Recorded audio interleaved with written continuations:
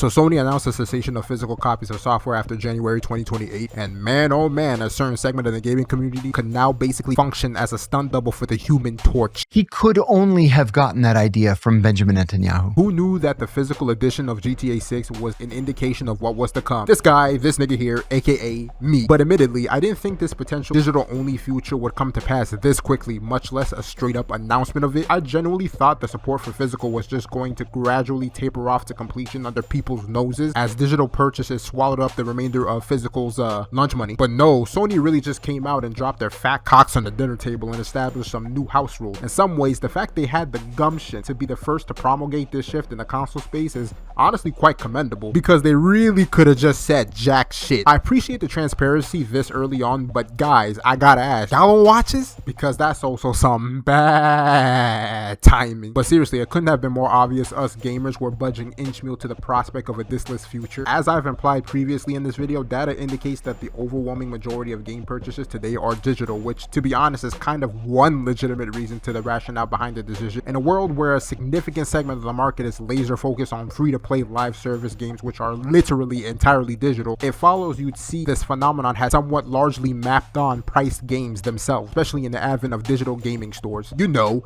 convenience. This is the world now. Before some blockhead considers this meat riding a corporation in the comment section below, stating facts and being in tune with reality isn't that, so slow your roll and ease off the keyboard keys with your Dorito dusted fingers. Like, dude, look around you. It was 5 years ago when PlayStation and Xbox released digital and physical editions of their consoles. That moment should have drilled into your encephalon the foreshadowing of where we were heading next. Even more so when Sony was dropping the PS5 Pro without a disc drive. If anything, these moves were kind of a reflection of broader audience trends. So Sony definitely wasn't necessarily wrong when they cited this as the reason for their seemingly early pivot. Don't forget profit margin. Sorry, I got something stuck in my throat. Regardless of Sony's reasons for all this, I ultimately think it's not a good decision despite my gaming library comprising of mostly digital games. I think it's important to continue to allow gamers the little choice they have on console, since they tend to be closed ecosystems, to be able to freely buy, sell, or trade in physical games. People appreciate tangibly owning their games, even if that said ownership comes with some caveats nowadays. Hopefully, as we proceed into this digital future we're already quite literally imbibed in, there could be a middle ground where a third party somewhere continues supporting physical media in a significant way despite the ever-shrinking support for them. That's really all somebody could do at this point.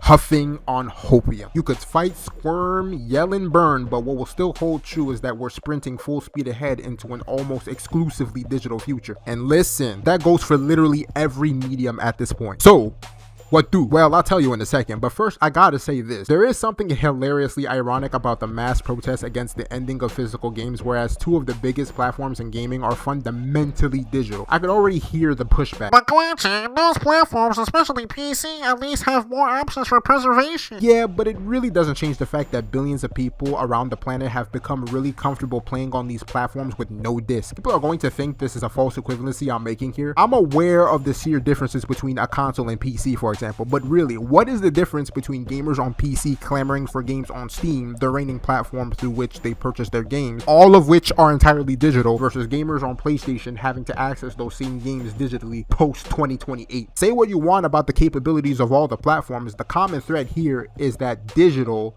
dominates. You may proceed continuing fighting the good fight to preserve physical gaming. I support you, boo-boo. But I wonder whether these valiant efforts are actually just a fucking waste of time. And a growing part of me is nodding yes menacingly like Jack Nicholson. We could see a temporary walkback, but the question is, for how long? I suggest people direct their attention to the current inevitable landscape of the digital future, advocating for stronger digital rights ownership laws, shout out Stop Killing Games, and a revamp of these digital storefronts. But what do I know?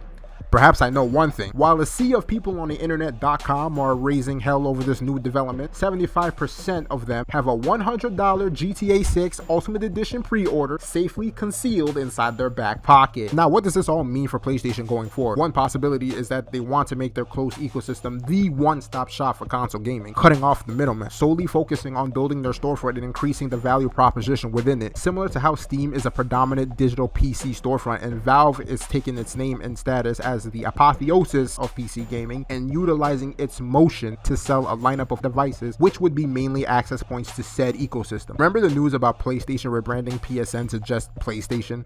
From apparently scaling back on PC releases for their tentpole exclusive titles to putting out peripheral cloud-based devices that serve as an extension to the PlayStation experience, they want to continue thinking and challenging themselves to provide game experiences that suit increasingly diverse lifestyles. It's going to be really interesting to see what happens in the next few years. The PS6 is supposed to be maintaining x86 architecture, meaning that it would be backwards compatible all the way down to PS4, meaning your current library of digital games would simply carry over. So if PlayStation didn't provide a way for those willing to upgrade to be able to play their physical media, it would actually be the most quasiat move I've ever seen in my entire life. But that's just my 2 CDs. Get it?